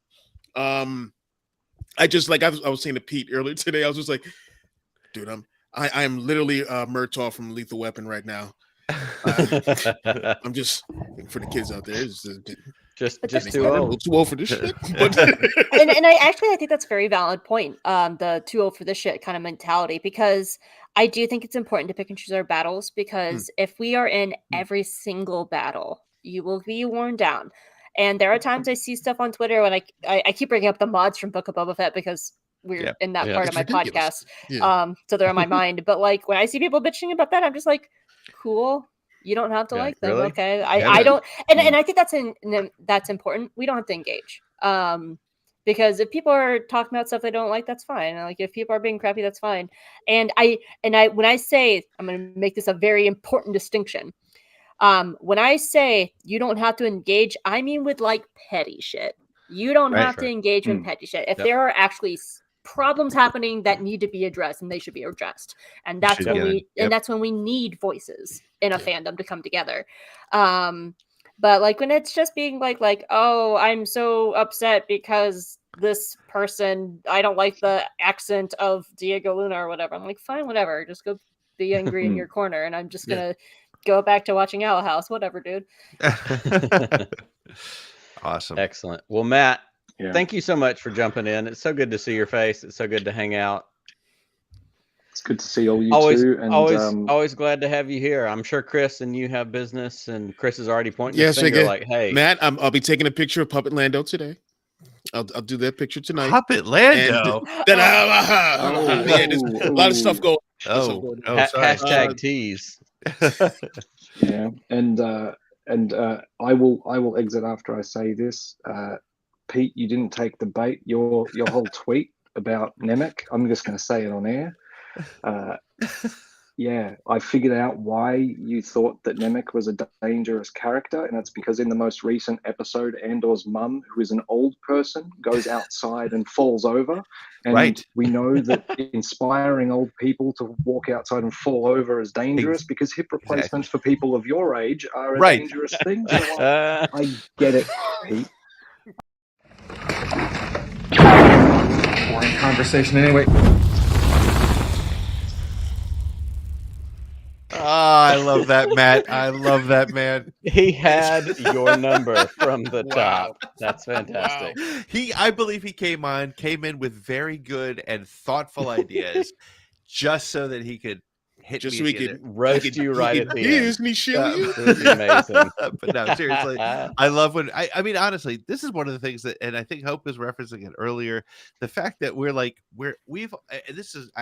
tweeted earlier today about the whole Elon Musk thing, which we're not going to go into because we're out of time, and that's just dumb. But Twitter has led to me meeting the three of you, Chaco and Matt, and just people who some of you I've never met in person, but I just think you're the best people in the world. And what is so amazing, I could say about Chris and Nick on screen, when I met them for the first time in California, they were just the people that I expected, and was so happy about that because they're just great people that I absolutely love. Better, in my opinion. I thought you way better than what I really.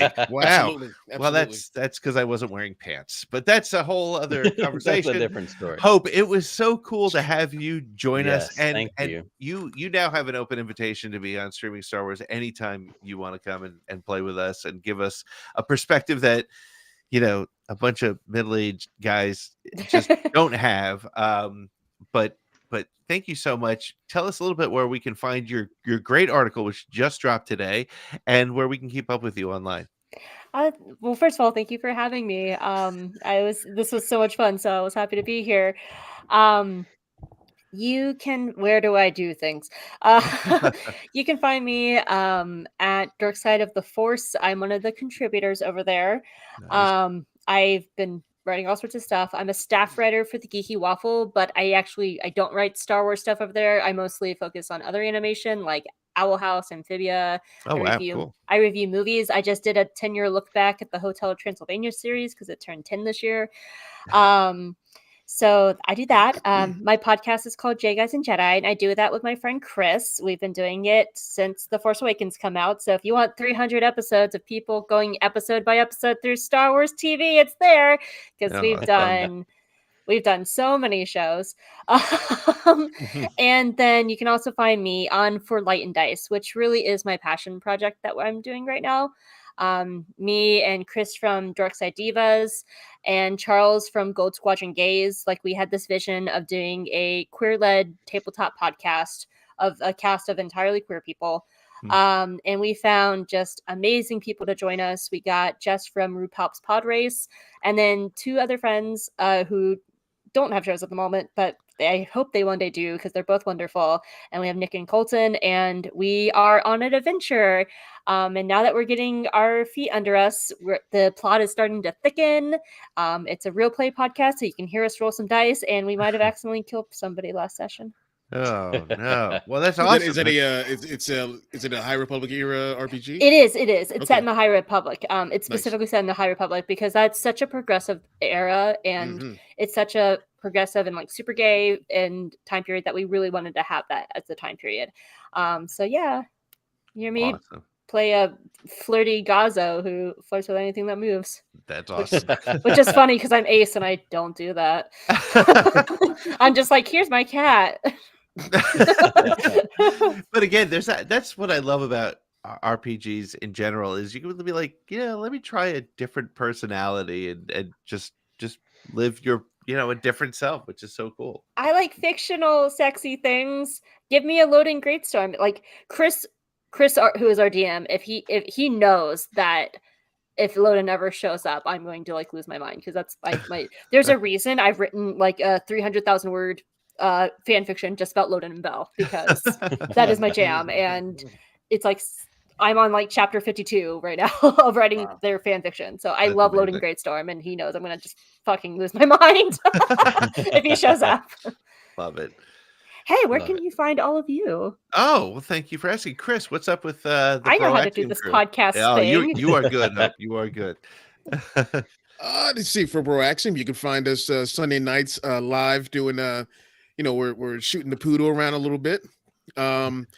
We do until the season's over. We have Dan, who's going to be doing Dandor. It's like his top 3 moments of every episode of the Andor show. We have our quick shots, which are on TikTok. They're on YouTube Shorts and on Facebook, where we preview all the week's Star Wars comics. This week, we've got Mandalorian, the main Star Wars title, and Bounty Hunters is out, and those are amazing. Star Bros are going to have a new episode this week coming up. Nice. So yeah. Dandor is so freaking funny. That's such a good name. Oh, and we've got Reading Rainbow coming out starting next month. I will be a part of that. I'm very excited about that. I'm so glad I was muted because I laughed straight through I was just stuck on Dandor for like 30 seconds there. Oh God. You guys always have the best, like the catchiest names of your podcast. That Reading Rainbow, that one was Brian Fantasy. That was him. And he's so wonderful. Like that name, I was like, that just makes so much sense. And I'm so mad I didn't think of it. But yeah. Chris, can I tell you? Amazing. Can I tell you a story? Yes. Do you remember when we were training for I think it was Force Fest during like the height of the pandemic, like 2020, and like we had met because we were doing like the training for it and stuff like that. Yeah. When you said Broaxium, in my head, I legitimately thought that name is so good. They're like, he's such a much better podcaster than I am. Why am I here? That name is so good. I was when I came up with that name, I was hopped up on painkillers. I think, I think I had the truth comes out. Yeah. That's, oh man, listen, everything. The power of art, baby. Everything that I come up with that is kind of good, I'm inebriated. Absolutely. Oh, that's awesome. That's great. Yeah. So what do we have coming up on ATG Cast? We have Mesa Window will drop this Thursday. I had the opportunity to talk to him. I did, so funny about him is he and I went. If you go back and find the Darth Chaco episode where he and I were on, this was just a couple weeks It's like ago. 2 weeks ago. Yeah, 2 weeks ago. That dreaded tweet, which will remain unnamed. It was funny because it came up just as a natural part of conversation, and when he realized it was me, it was such a real moment, very similar to the way Hope reached out to me this week to be like, "Hey, let's talk about your tweet." He was like, "Oh my god, I hope I didn't rip you apart too much." And we had a great conversation, but that led to what honestly I think is one of the most fun, just pure conversations I've had on ATG Cast or around the galaxy in quite a while. So that's going to drop this Thursday. I'm really excited for people to hear about that. What do you got going on, Nick? Like I said yesterday, we dropped my episode with Connor Ratliff. Connor is the host of the George Lucas Talk Show and the Dead Eyes podcast. I cannot emphasize enough. If you have not listened to Dead Eyes, go look up Dead Eyes. It's a podcast. You can get it all the places you get podcasts. It's so great. He has a story, and it's in my episode. He also tells it, I think, in the Dead Eyes podcast. Before the Disney buyout, like when the prequels were happening, he created like this fake, because he's like an improv guy, and he created this fake website where he was doing like prequel spoiler leaks. And the name he created for himself to be able to create this fake website was Ryan Johnson. And it like grew, and like he took the names off of like the back of like the R2D2 Digimon, like the little virtual pet, whatever. Like, yeah, there was other ones. There were like Space Dog and something. Like, it's an amazing story about how years before Ryan Johnson was actually a part of Star Wars, he had made up this character called Ryan Johnson to create these fake Star Wars leaks. Nice. And he had a website and he had a whole thing. It's so funny. And it's so that like it comes full circle, and he met Ryan Johnson and they talked about it, and it's this whole thing. So I love Connor. He's a great guy, great conversation. So we did that yesterday. It's available now. And then in a couple weeks, I've got some folks coming up. Tim Barnes from Yub Nub. Actually, Chaco and I are going to have a conversation. Nice. So some great episodes coming up for Podcast of the Wheels in the next couple of weeks for sure. Awesome. Well, everybody, thank you so much for joining us. This was a jumbo-sized episode, but there was a lot to talk about, and I appreciate hearing from those of you who hung out with us and watched the show, and those of you who joined us live. You're welcome anytime. We'll be back next Friday talking about the next episode. And Nick, we can give away the theme a little bit. We're talking about nerds versus normies, and maybe it's the nerds that are the problem, and it's right. I'm the problem here. You're the problem. And Hope talked about it. She talked about the funnel. You and I tend to talk about the bell curve of where do Star Wars fans fit. Like, we're on the thin ends. The majority of the people, like my dad, your dad, friends of mine who have texted me since Andor came out and said, my mom. I watched I watched the first episode. Tell me why I should keep going. And I'm like, what do you mean tell me why you should keep going? Like that's one of the things that we want to factor into next week's conversation is the majority of the Star Wars fan base is not the four of us on screen. Those of us that think about it every day and read the books and the comics and write fan fiction and do all these other things. The majority of the Star Wars fans are in that widest part of that curve. And it's an interesting conversation to how things are processed, whether it's something like Tales of the Jedi, whether it's Andor. We talked about Ahsoka a bunch tonight, and I thought about it when I think Chaco said it, or maybe when Matt said it.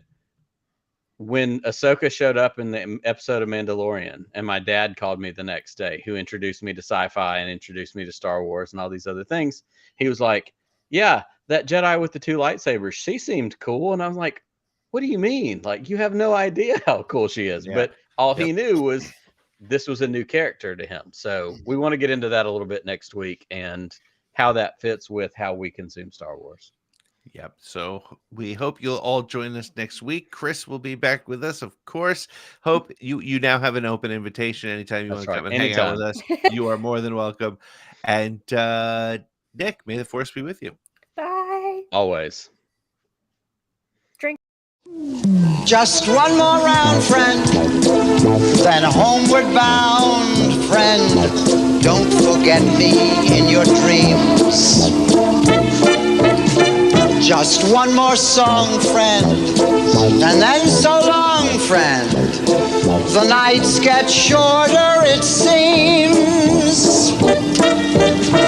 Just one more rhyme, friend. Yes, it's a crime, friend. But you know time, friend. Time can fly. So it's good night, friend. Good night, but not goodbye.